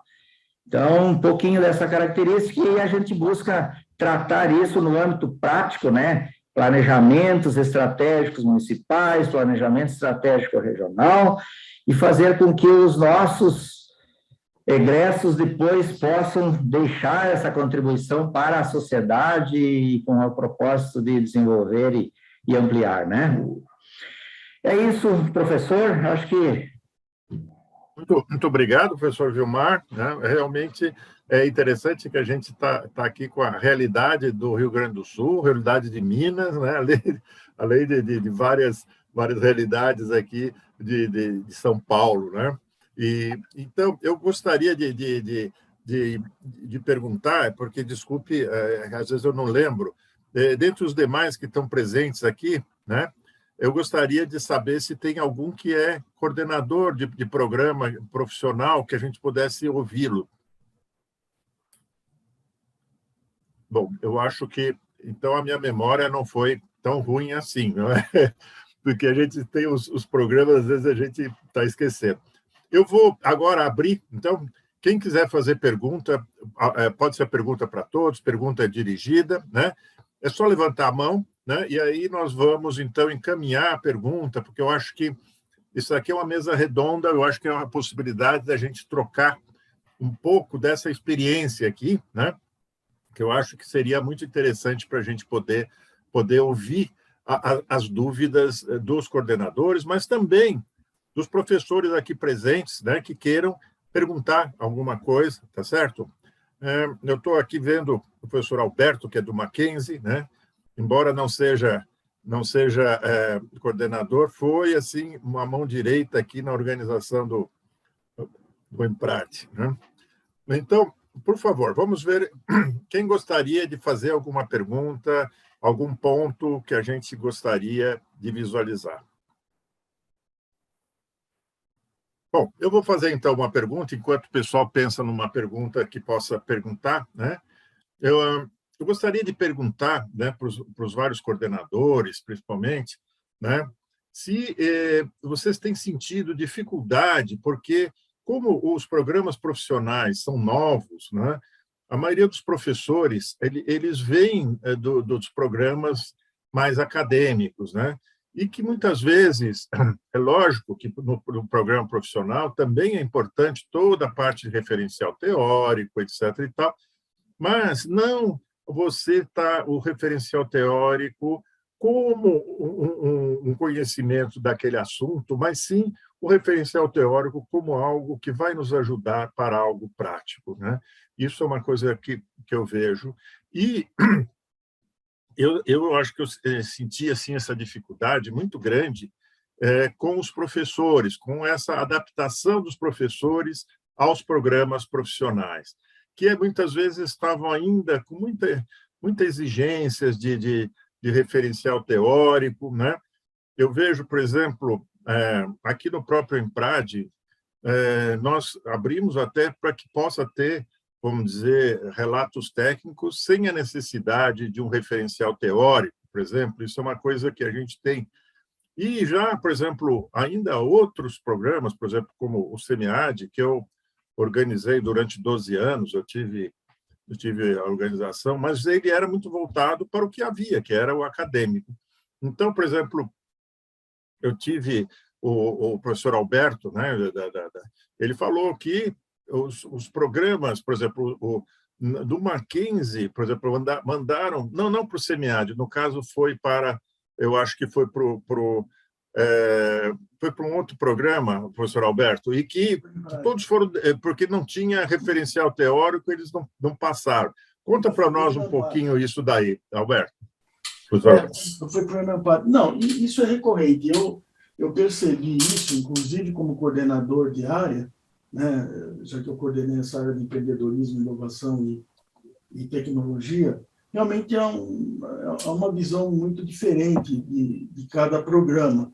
A gente não sabe, bom, como coordenador, a gente acaba sabendo qual é o programa que quem submete o artigo faz parte, né?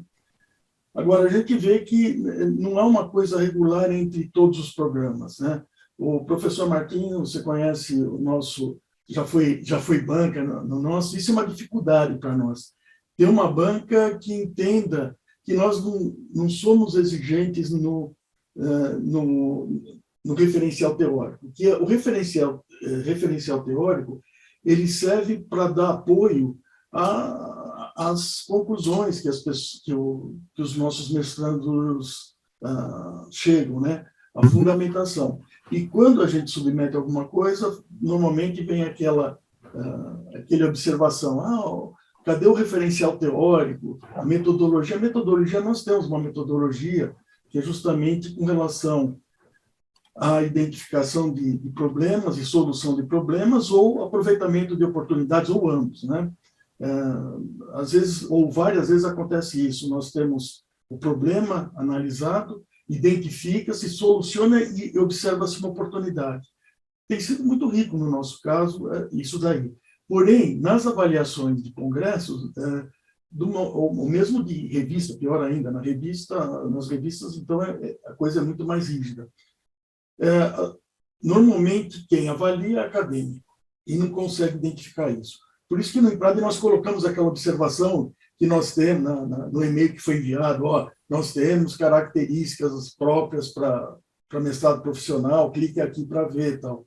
Justamente para tentar que o ensino, né, e as outras universidades, os avaliadores entendam como é que é o nosso caso. Pelo que eu vi aqui e acompanhei, todos estão focados no resultado prático, né? Talvez a abordagem é que seja um pouco diferente para um e para outro, mas eu vejo que todos os programas têm essa abordagem prática, têm esse foco, né? Talvez a maneira de apresentar é que varia de um para outro, né? Alguns apresentam como dissertação, nosso caso é um trabalho que aborda problemas e soluções, evidentemente, e a resolução do problema e as oportunidades. Com toda a razão, Alberto, quer dizer, eu acho que o próprio IMPRAD também, pelo fato de estar, vamos dizer, ligado aos programas profissionais, né, também a gente tem essa característica para poder fazer a avaliação, né? E também a gente tem, eu acho que, e você como nos ajudou muito na organização aqui, Alberto, a gente tem muitas vezes até que passar isso um pouco para os avaliadores também, porque se você pega um avaliador, e se você não souber explicar bem para ele vai avaliar como ele avalia para um artigo para Ampad, né? E aí é um problema, porque você já pediu 2 avaliações, tirou fora alguma coisa, às vezes era uma coisa boa. Então, essa é uma dificuldade que a gente tem no IMPRAD. Isso, o Alberto mesmo, a gente andou mudando as coisas, né, Alberto? Para a gente poder ver isso daí. Então isso é uma dificuldade que a gente tem, mas eu acho que a gente deveria insistir nisso. Eu acho que talvez para o próximo IMPRAD, eu acho que nós pegamos muitos, a gente tinha uma pretensão de pegar muitos trabalhos, então pegamos um grupo de avaliadores também muito grande. Eu acho que talvez a gente deveria restringir um pouco mais o número de avaliadores, tentar, junto com vocês, coordenadores e tudo, pegar professores que são dos programas profissionais e que já têm essa ideia dos programas profissionais, porque, senão, infelizmente, eu tenho certeza que, mesmo aqui no próprio Emprad, a gente deve ter feito algumas injustiças de avaliação, né? Que a gente precisa caminhar nessa direção dos programas profissionais, né? Eu acho que isso vai ser importante. Eu só queria fazer um comentário. Eu participo Claro. Eu não sei, acho que desde o segundo. No primeiro não, porque ainda não tínhamos o programa, mas do segundo ou terceiro, mais ou menos. E houve um avanço muito grande, na minha opinião. Eu acho que nós avançamos muito e o Emprad é responsável por isso, na minha opinião. São essas reuniões que nós participamos já desde o passado, lá na sala Ruileme, e onde se discutiu isso. Eu acho que evoluiu muito. Eu acho que sim, eu acho que aquelas reuniões que nós tínhamos dos coordenadores, vamos ver se nós voltamos a tê-las, né? E talvez de uma forma híbrida agora, que eu acho que a gente está aprendendo isso, né? Porque a gente fazia sempre presencial, inclusive essas reuniões na sala Ruileme, né, Alberto? Mas nós estamos falando aqui do Rio Grande do Sul, de Minas. A pessoa tem que fazer uma viagem para uma reunião, perde 2 dias, é uma coisa difícil, é caro, etc. E tal. Eu acho que a gente tem que evoluir, aproveitar alguma coisa que a gente aprendeu aqui com a pandemia, né? E a gente fazer isso também à distância, que eu acho que dá para a gente tirar frutos disso daí também, né? Eu acho que isso acho que vai ser muito importante, né? Vamos, eu gostaria de abrir aqui para ver se alguém gostaria de fazer alguma pergunta, algum ponto, por favor. Marcelo, por favor. Na realidade, eu queria dar continuidade a essa discussão, Martinho, que você trouxe aqui, a questão do fundamento teórico, né? Até para escutar opiniões aí de colegas, né? Em particular, eu queria escutar um pouco a opinião do Emerson, talvez mais na perspectiva, não do pesquisador, Emerson, mas na perspectiva CAPES, né? E aí trazer algumas reflexões aqui, né? Uma reflexão, a própria Cristina trouxe, a questão do método que vocês têm usado lá, né? Design Science Research, né? Design Science Research é uma coisa que a gente tem estimulado aqui no mestrado profissional, eu particularmente, né? E só para você ver, Cristina, possivelmente aqui na FESC eu fui o primeiro a trazer Design Science Research, né? E eu vou dizer que fui corajoso, tá? Eu trouxe na minha livre docência, né? E já fui completamente preparado, porque eu falei assim, eu sei que alguém vai perguntar alguma coisa. Não já se viu usar um método desse, né? Em alguma coisa mais científica. Cristina, primeiro avaliador. Sabe qual foi o comentário? O primeiro. Não deu nem, sabe quando você vai para uma banca assim, você vai respirando e tal, né? Primeiro, ele levantou a bola dizendo o seguinte, olha, esse método aqui não é um método científico. Assim ele começou a banca, né? Então, para você ver, realmente são elementos polêmicos quando se discute a questão do método científico. Mas voltando à questão do Design Science Research, né? E como a própria Cristina colocou, é isso mesmo, né? Primeiro você começa com um problema. Aí você vai pesquisar na literatura como que outros resolveram o problema. Então você não abre mão da literatura.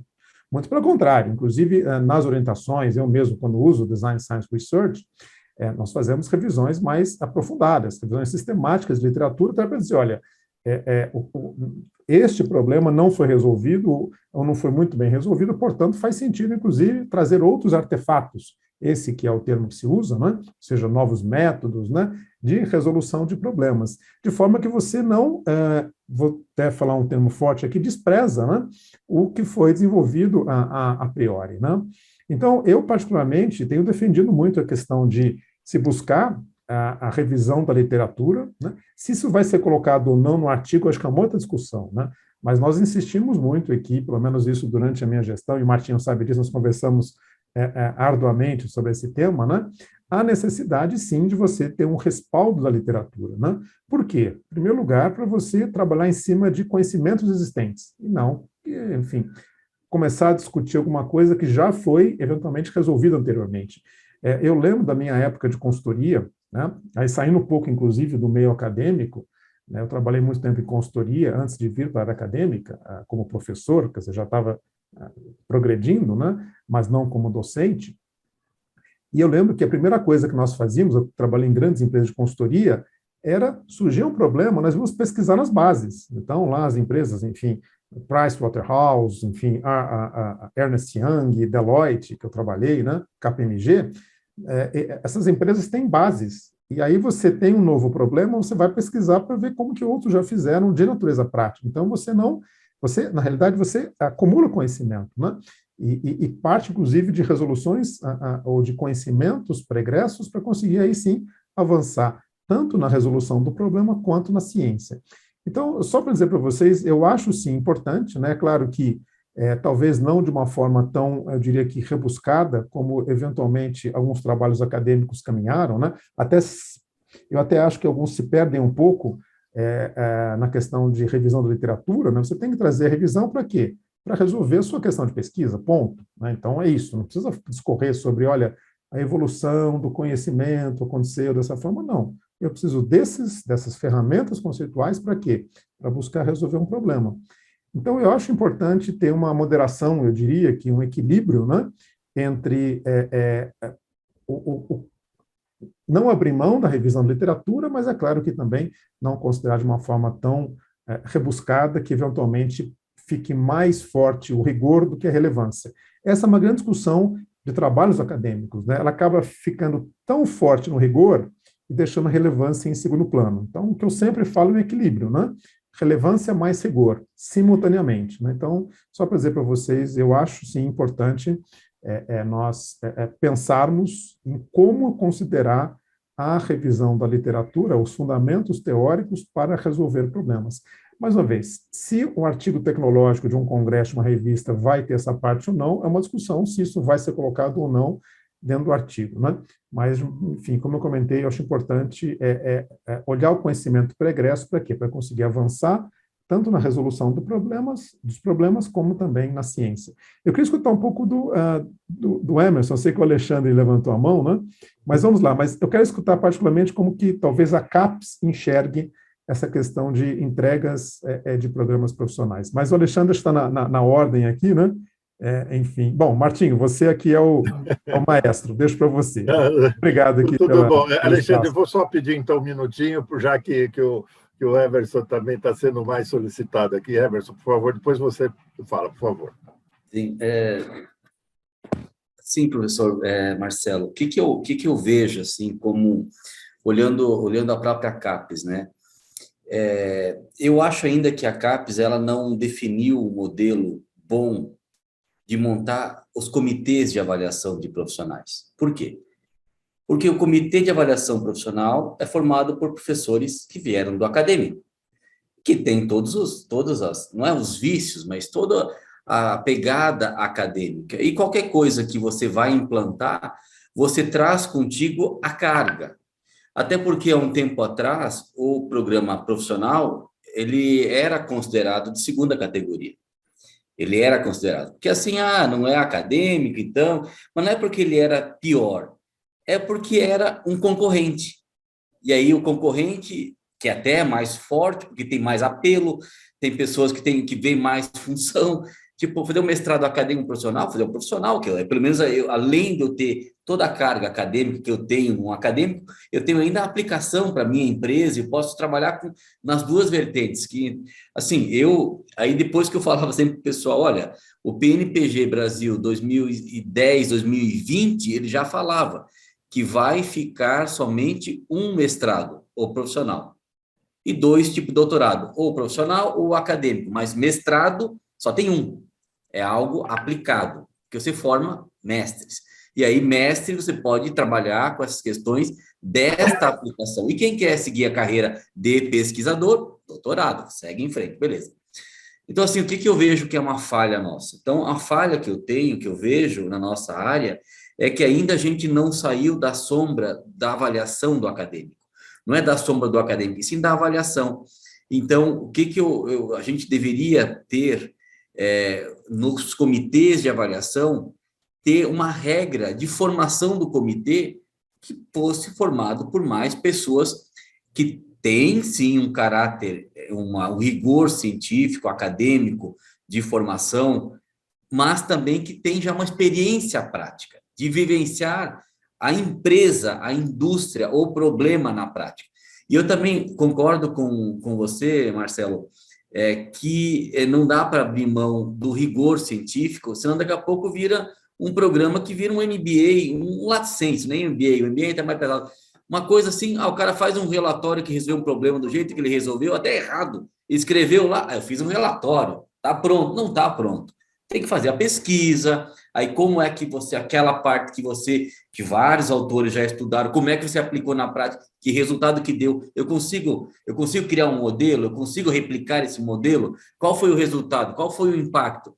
Tem uma condição, o acadêmico eu discuto mais o avanço naquela ciência, o profissional eu discuto como aquela ciência me ajuda no avanço da minha prática. Então, eu acho ainda que a gente, por ter sofrido essa crise de identidade por um tempo, começou em 2000 começou o profissional a ser bem valorizado, depois ele decaiu, que era segunda classe, não sei o que lá, aí voltou, depois ele voltou novamente em 2012, o profissional como a grande solução, e a CAPES começou a investir no profissional, mas eu ainda entendo, até por nós não termos tido doutorados profissionais, e agora que a gente conseguiu formar, nós, Uninove, formamos o primeiro doutor profissional, nota 5. Então, os comitês de avaliação serão formados daqui, talvez, a 10 anos, quando esse núcleo de pessoas que já saíram do profissional, vivenciaram uma pegada profissional, vão estar preparadas e vão estar com uma densidade acadêmica até para participar de comitês de uma forma mais maior, assim, porque hoje a maioria são pessoas, eu mesmo me formei num programa acadêmico, na USP, mas como eu tinha uma aplicação muito forte, eu consegui fazer a aplicação, porque também estudava isso, eu consegui aplicar, mas outras pessoas não, elas não foram levadas para a aplicação, foram levadas para avançar na ciência, mas a pegada mais acadêmica. Então, eu vejo ainda que existe um problema de composição de comitês, que aí você que vai definir as regras, porque se você não sabe que aquilo é importante, como é que você vai dar nota para aquilo lá? Isso para mim não é importante é para o artigo no JCR, não sei o que lá, também bota aí um aí profissional ali, um tecnológico, qualquer coisa aí, mas tem que ter aquele lá, se não tiver aquele lá, não vale isso aqui, entendeu? Então, eu acho que esse é o problema ainda, Marcelo.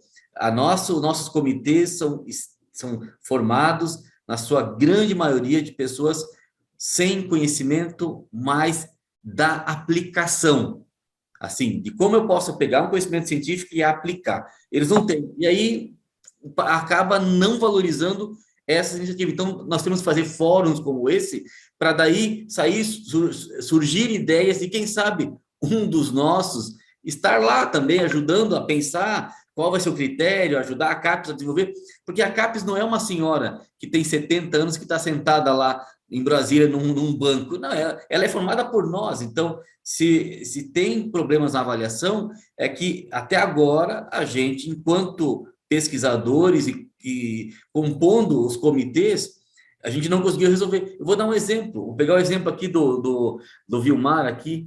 Eu lembro que eu estava no comitê de avaliação do programa dele e apareceu, era na gestão do Becker, apareceu lá. E aí o programa, faltava alguma coisa lá e tal, e aí eles queriam limar o programa. Eu falei, não, pessoal, ele é lá no interior, eles não têm esse... Aqui em São Paulo, se você bater o carro, ou é um motoboy ou é um doutor. Quer dizer assim, tô brincando, quer dizer assim, aqui tem muito. É muito fácil encontrar um doutor disponível aqui em São Paulo. No interior é muito mais difícil. O São Martinho fez uma reunião um dia com o pessoal lá do Amazonas, tinha mais doutores na mesa ali do que todo o Norte e o Nordeste naquela área da administração juntos. Naquela área. Então, tinha mais doutor ali na USP, numa reunião com eles, assim, tinha mais doutores. Então, assim, o que eu quero dizer é que falta a composição, e eu acho que essa composição ela virá agora dos programas de doutorado profissional que estão formando gente, e essas pessoas vão poder fazer pressão ao sistema, e para que esse sistema possa valorizar tanto a parte científica, sim, tem que ter, mas também a parte tecnológica, de aplicação, de resultado, de impacto. É isso que é a nossa grande questão de pesquisa, eu diria, enquanto coordenadores, né? O que soma, de fato? O que soma mais aqui do que ali? O que contribui mais? Será que contribui mais eu formar um cara aqui ou formar um cara ali? Qual a contribuição dele para a sociedade também? Então, mas é um tema interessante. Eu acho que nós estamos avançando bem, viu, professor Marcelo? Estamos avançando bem, e eu acho que é importante, toda vez que a gente puder, estar na CAPES como coordenador, pontuar isso e se colocar à disposição para poder ajudar o sistema. Porque o sistema é formado pelas pessoas que estão lá no sistema, e é elas que definem, não são outras pessoas. Ah, não sei o que lá. Alguém chega com uma ideia, vamos avaliar isso é legal. Ah, é legal mesmo, vamos avaliar. Ninguém testou nada, o cara tirou da cabeça, e aí foi lá, criou-se uma coisa, e depois testa e vê se vai dar certo lá na frente. E tem ainda que cuidar que alguns ainda criam coisas que são coisas que eles fazem. Então, ele já tirou 10. Aí, tá certo. Eu sempre falo assim, os caras pegam e tiram a flecha, aonde a flecha bater, eles vão lá e pintam o alvo em cima. Então, tem que também tomar esse cuidado, entendeu? Tem que tomar esse cuidado também. Mas eu acho que tem que ter uma conversa muito clara sobre tudo que está acontecendo e mostrar os resultados. E contra fatos não tem argumento. Mostrou o resultado, vamos avaliar esse resultado, vamos pontuar esse resultado. Então, eu vejo essas duas coisas, professor. Então, enquanto CAPES, nós precisamos estar cada vez mais mobilizados nesses comitês, que senão vai ser feita uma regra de uma pessoa que está somente no acadêmico, que é uma experiência que ela vivenciou. É só isso. Não é uma outra experiência, não vem do céu. Ok, muito obrigado, Emerson. Alexandre, por favor. Muito obrigado. Então, é só tentando adicionar um pouquinho na discussão, também em concordância com o professor Marcelo também, eu acho que a questão ainda do referencial teórico, eu também vejo como uma questão de posicionamento, eu acho, né? Então, acho que os trabalhos do mestrado profissional, dos programas profissionais, eles têm que estar muito bem posicionados no sentido prático. Eu também concordo, a teoria, ela faz parte, né, da busca pela melhor solução.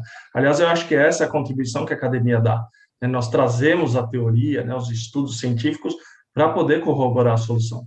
Hoje, o que a gente pensa dentro lá do programa, dentro do formato, do método que a gente utiliza, é pensar como um capítulo, não talvez capítulo, mas um tópico, talvez não como um referencial teórico, extremamente posicionado, porque induz, uma certa forma, os docentes acadêmicos a pensar que vai ser feita uma revisão sistemática de literatura, ou talvez vai ser dado um papel principal ao referencial teórico, mas como contribuição teórica à solução. Então, tentar elencar ali os estudos ali que ajudam a auxiliar a solução, né, mais do que tentar discutir autores seminais, mas, efetivamente, qual é a base de conhecimento que a gente consegue montar para montar a solução ali. E também manifestar também, às vezes, as frustrações que a gente sente. Por exemplo, eu submeti recentemente um artigo de um orientando meu. Ele foi uma das pessoas que coordenou o projeto de uma grande empresa adquirente aqui no Brasil. Se vocês receberem o seguro viagem hoje por Pix, é por causa desse projeto. Então, ele implantou toda a parte do Pix dentro dessa empresa, que é uma empresa muito grande no Brasil, mas ele não autoriza divulgar o nome, né? Bom, enfim, é um super projeto, a gente desenvolveu lá dentro e submeteu para um periódico. Eu fui na expectativa que seria um ótimo artigo tecnológico. A réplica que eu tive dessa revista foi onde você poderia ter usado uma técnica de análise multivariada nesse artigo, para olhar, né? Onde estão os autores seminais desse, né? Assim, sabe, não me questionou, por exemplo, a relevância da solução. Então, esse projeto hoje está transacionando milhões de reais já, né? Então, assim, essas disparidades que a gente ainda encontra, e veja, nós vamos ser avaliados por produção intelectual. Então, quer dizer, esse é um dos produtos que está na avaliação. Então, quer dizer, essa é uma coisa que preocupa, né? Então, assim, a gente não encontrar, às vezes, esse tipo de suporte dentro das revistas. Então, essa é uma questão de posicionamento. E aí, adicionando um pouquinho aí na fala do professor Emerson, eu penso também na questão de posicionamento. Por exemplo, a gente precisa gerar um produto. O que é mais importante? A aplicação dentro da organização ou a geração de conhecimento das práticas? Ou ambos? Mas em caso de, por exemplo, o mestrado, às vezes o aluno não tem tanto tempo de desenvolver, né? Quer dizer, são 2 anos, a coisa é muito rápida. Qual seria mais importante? A intervenção na organização ou a criação de conhecimento baseado em teoria? Quais seriam os dois? Quais seriam os papéis principais? Então, assim, ninguém precisa responder, mas eu acho que são questões que a gente precisa refletir sobre o que nós estamos atrás dos programas, né? O que a gente busca. Acho que o doutorado ele vai muito além, acho que aí sim você consegue fazer uma contribuição teórica, você tem mais tempo, e aí faz. Mas no programa de mestrado, efetivamente, é uma questão que, às vezes, quando eu fico refletindo, eu fico pensando nisso, e hoje a gente está optando pelo desenvolvimento de produtos. É apenas isso que eu queria colocar, e agradecer novamente a fala dos professores pelos comentários. Obrigado. Eu que agradeço, Alexandre. Passo a palavra agora ao Eduardo, que levantou a mão aqui. Eduardo Alvim. Por favor, Eduardo. Boa noite, professores. A minha pergunta é uma pergunta que vai um pouco na direção das dificuldades da construção e manutenção do programa de pós-graduação. A gente enfrentou, nesses últimos 2 anos, tem enfrentado ainda a questão da pandemia, que forçou o funcionamento dos programas no regime EAD. Minha pergunta é um pouco conhecer a experiência, como foram os desafios, as oportunidades que surgiram nesse modelo EAD, e se os programas, se os coordenadores veem como viável esse modelo para continuidade, mesmo após a pandemia, ou seja, que um aluno de onde eu estou, em Fortaleza, pudesse cursar um mestrado, um doutorado profissional em São Paulo, nesse regime EAD. Como seria a perspectiva dos senhores e senhoras? Eu acho que aí tem alguns pontos, Eduardo. Primeiro, até que ponto a legislação nos permitirá fazer isso, né? Porque hoje a gente tem esse regime que pode ser à distância, mas é até o final desse ano. Outro ponto é quais são as diretrizes de cada instituição, né? Então, por exemplo, hoje a gente dá a aula à distância, que é diferente do EAD, né? O formato que a gente tem trabalhado é a aula telepresencial, né? Então, o aluno está aí contigo, que é diferente do EAD, que o aluno estuda no momento que quer, não necessariamente tem esse encontro presencial. Me fugiu um pouquinho ali de raciocínio. Bom, eu estava dizendo que hoje a gente tem esse formato de aula que tem um lado interessante no estricto senso, porque tu tem turmas pequenas, tu tem as pessoas que estão aí a fim de estudar de verdade, diferente da graduação, que na graduação muitas vezes tu tem turmas grandes e tu não sabe até que ponto o aluno está em sala de aula, né? Então tem um lado positivo que propiciaria o exemplo que tu deste, né? Tu lá de um outro estado, poder cursar um curso num estado diferente, enfim. Por outro lado, tem toda uma questão de a interação social. A gente sabe que o ambiente de pesquisa também precisa dessa interação social, que é diferente eu estar orientando um aluno de doutorado, me reunindo com ele à distância, ou poder sentar, desenhar, escrever, olhar no olho do aluno, sentir de verdade o que ele está fazendo, o que ele não está fazendo, né? Então, eu acho que tem pontos positivos e pontos negativos. E por trás disso tudo, eu vejo que tem aí uma questão de legislação que pode nos dificultar ou nos respaldar. Obrigado, Cristina. Eu acho que realmente você tocou num ponto importante, mas eu sinto esse problema que o Eduardo está levantando, que é um problema muito sério. Quer dizer, se a gente imaginar aquilo que o professor Emerson tinha colocado, quer dizer, nós estávamos era uma reunião, nós estávamos imaginando em fazer vamos dizer, um DINTER, um doutorado interinstitucional na Amazônia, né? E acabamos fazendo no Rio Grande do Sul, né? Fizemos lá, eu coordenei lá em Santa Maria, no Rio Grande do Sul. Mas naquela ocasião, sentados na mesa, né? Uma professora levantou, olha, professores que estão em instituições, professores doutores, que estão em instituições de ensino na Amazônia que inclui todos os estados da Amazônia, se não me engano, tinham 3 ou 4, uma coisa assim. E nós estávamos em 6 professores doutores sentados na mesa, né? E ele falou, olha, vocês têm mais professores doutores aqui nessa mesa do que em toda a Amazônia, todos os estados, era Pará, Amazonas, todos professores doutores trabalhando, e administração trabalhando lá. Então, quer dizer, há uma carência muito grande. Nesse ponto, quer dizer, vem muito ao encontro do que o Eduardo está colocando, né? Eu vejo isso, porque eu acho que nós teríamos que ter também, embora não seja o ideal, muitas vezes, mas deveríamos ter programas à distância de mestrado e doutorado, sim, exatamente para a gente poder ocupar esse espaço. Eu imagino que a própria universidade, a USP, deveria pensar nisso, pensar numa forma mais inclusiva. Quer dizer, a gente está aqui, logicamente, pensando em mestrado, doutorado, e a gente acaba atendendo muito aqui ao próprio estado de São Paulo, né? Temos muitos alunos que vêm de outros estados, né? E que vêm estudar conosco aqui, né? Até, por exemplo, até poucos anos atrás, nós só tínhamos doutorado em contabilidade aqui na USP. Então, você imagina, quem quisesse fazer doutorado em contabilidade tinha que vir para a USP, né? Então, isso, eu acho, Eduardo, que você tem razão, está em tempo, eu acho que é uma preocupação que o pessoal devia ter, dessa inclusão, né, da população do Brasil como um todo, né? E, por que não, também essa inclusão das pessoas de língua portuguesa, porque nós temos os países da África, né? Nós tivemos várias pessoas, por exemplo, alunos da África vindo estudar aqui no Brasil, né? Que eu acho que também seriam necessários, e também de Portugal, etc.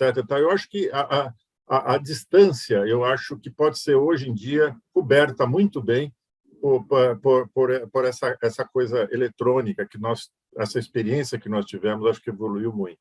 É lógico que, como a professora Cristina colocou, não é o ideal. A gente gosta de sentar, olhar no olho, discutir com a pessoa, né, falar, mas, infelizmente, nem sempre é possível.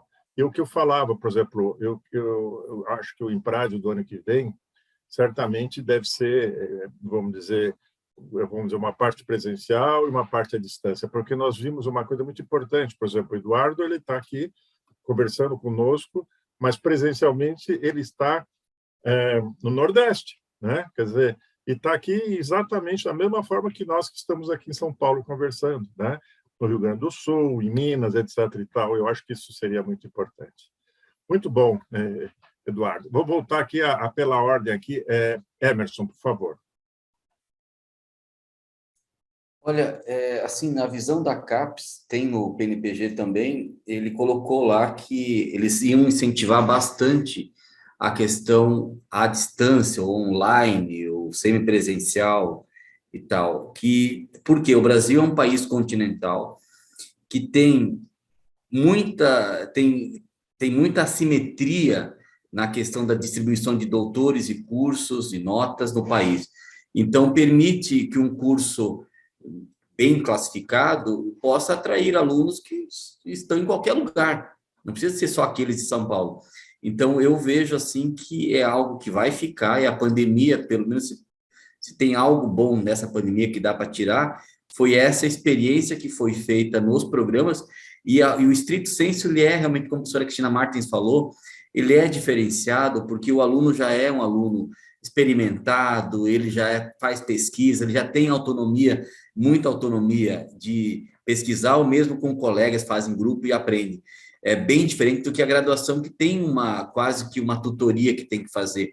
Então, eu vejo que vai ficar, e na minha visão, o melhor modelo que a gente poderia fazer, olhando como um pesquisador agora, é um modelo híbrido, que tenha, sim, aulas à distância e tal, mas também presencial, quem quiser participar na aula presencial, e uma vez por mês, ou a cada 15 dias, um encontro em toda a turma, para poder trocar, porque eu sempre falei que, quando eu fiz o doutorado, eu ficava observando o que funcionava dentro do programa para depois poder aplicar isso na prática. Enquanto aluno, eu estava olhando como é que funcionava, como é que foi meu doutorado, o que mais eu aprendi, o que mais eu gostei, para eu poder, depois eu vou pesquisar esse assunto aí, porque isso aí eu vi que aí eu tive um bom desempenho.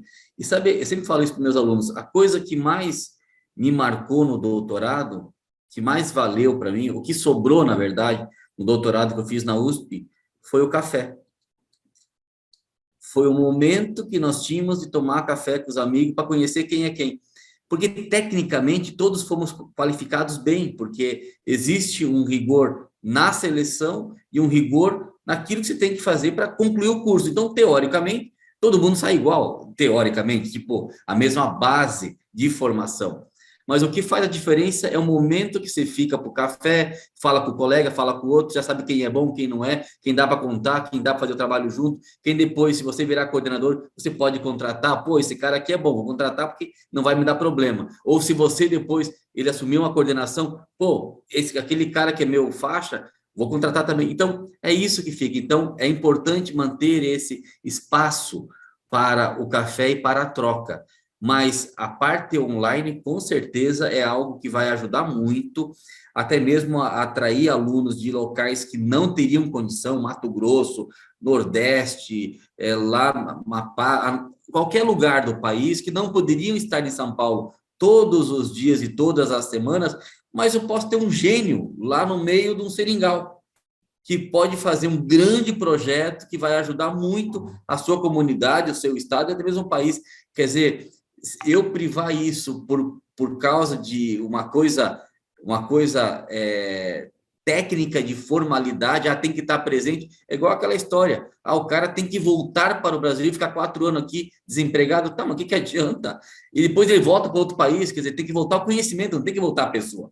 Então, assim, eu tenho que conseguir fazer o conhecimento circular, porque a CAPES, aí sim, a CAPES, ela não avalia a aula presencial, ela avalia resultado. A pessoa tem que ter uma formação, um mínimo de horas de formação, e tem que ter o resultado, que é a sua dissertação, ou tese, ou artigos publicados em tecnológicas ou nos periódicos, seguindo todo aquele rito, e a pessoa tem que ter essa autonomia, se for de doutorado, autonomia de pesquisa, se for no mestrado, autonomia em docência e, no caso profissional, aplicação do seu conhecimento na empresa. É isso que a CAPES quer avaliar, ela quer avaliar resultado. Então, por isso que eu vejo que, na questão da CAPES, formalmente falando, ela nunca se preocupou tanto com a forma, e sim, ela se preocupa com o resultado. Porque se eu estou tendo resultado dando aula online, pouco importa se ela é online ou é presencial. A CAPES, ela não olha, claro, pode ter uma regra e dizer assim, tem que ter aula presencial, tá bom? Mas ela não avalia. Ela pode ter uma regra, ela não avalia. E eu posso estar perdendo excelentes alunos que não poderiam estar presencialmente, mas se pudessem fazer parte, daria uma grande contribuição. E até mesmo a questão de financiamento. Tem programas que eles não conseguem se financiar só com as pessoas que estão naquele local, porque já saturou o número de alunos que eu tinha que formar. Eu preciso formar em outras regiões, mas eu não consigo ter eles aqui. É muito caro deslocar. O Brasil é um país continental, imagina, um cara custa mais caro vir do Nordeste, muitas vezes, para cá, do que para a Europa. Quer dizer, como é que eu faço esse negócio? Então, assim, só para colocando meu ponto de vista aí, que é muito mais uma questão, hoje é uma questão, ela não é mais um impeditivo, e nós temos que aí sim brigar, enquanto área, para que possam ter modelos totalmente online, totalmente presencial, se quiser, híbrido. Eu acho que funciona melhor híbrido, mas o que nós temos que avaliar é o resultado. Não interessa se é presencial, se é híbrido, ou se é totalmente à distância, online, o telepresencial. Essa que é a minha ideia. Eu vou pedir para o Marcelo fazer seus comentários. Infelizmente, estão pedindo a nossa sala. Então, vou ter que terminar agora aqui. O pessoal vai ter que usar para fazer essa sala com outros trabalhos. Por favor, Marcelo. Vou falar rapidamente, enfim, endossando muito o que foi trazido aqui, mas só para dizer, eu particularmente acredito que essa discussão de online ou presencial, ela, enfim, já foi ultrapassada, a pandemia demonstrou isso, né? E o modelo que vai prevalecer, no meu entender, é o híbrido, né? Eu acho que, como vocês trouxeram aqui, 100% à distância, ele esbarra num elemento fundamental, que foi muito bem trazido aqui, nós somos seres sociais, e nós precisamos sim ter interação, nós precisamos sim ir lá no Suéden, né, Emerson, tomar um café, enfim, olhar no olho, porque nós somos pessoas, somos seres sociais. Então, abrir mão desses encontros, eu acho, honestamente, muito difícil e acaba realmente prejudicando muito, mais uma vez, a nossa formação aí de interação social, né?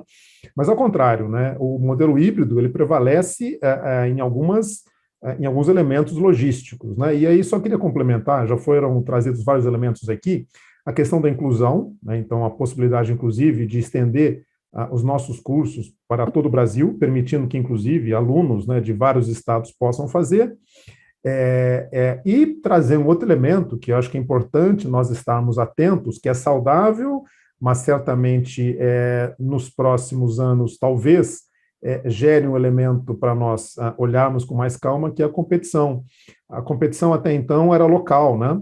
Agora vocês estão vendo, a Oxford já falou que vai abrir uma unidade aqui no Rio de Janeiro. Enfim, daqui a pouco outras vão abrir. Então, da mesma forma que nós, olhando aqui do ponto de vista nacional, podemos sair dos nossos estados e ir para outros estados, no modelo híbrido, também as grandes universidades, né, do mundo podem fazer a mesma coisa para cá. Portanto, certamente, acho que esse cenário, eu vou chamar de competitivo, porque nós somos de administração, então estamos acostumados com esse termo, né? Ele vai mudar ao longo do tempo, particularmente com essas quebra de fronteiras, né? Que o modelo híbrido ele nos proporciona. Então, acho que é importante nós estarmos atentos, né? E verificar como isso vai evoluir. Agora, eu acho que é irreversível, eu acho que não volta para trás no modelo clássico presencial, isso já ficou. Eu acho que no século, não vou falar século passado, né, mas no século ou nos tempos anteriores à pandemia. Eu acho que é uma nova realidade e dificilmente nós vamos retroceder no modelo exclusivamente presencial. Então, só para corroborando o que os colegas trouxeram aqui. Ótimo. Eu agradeço a todos que participaram aqui. Infelizmente, temos que terminar, porque eu acho que essa conversa ia até meia-noite. Obrigado para vocês, até logo. Até logo, gente. Obrigada a todos. Tchau, uma satisfação conversar com vocês. Tudo de bom, gente. Obrigado para vocês todos.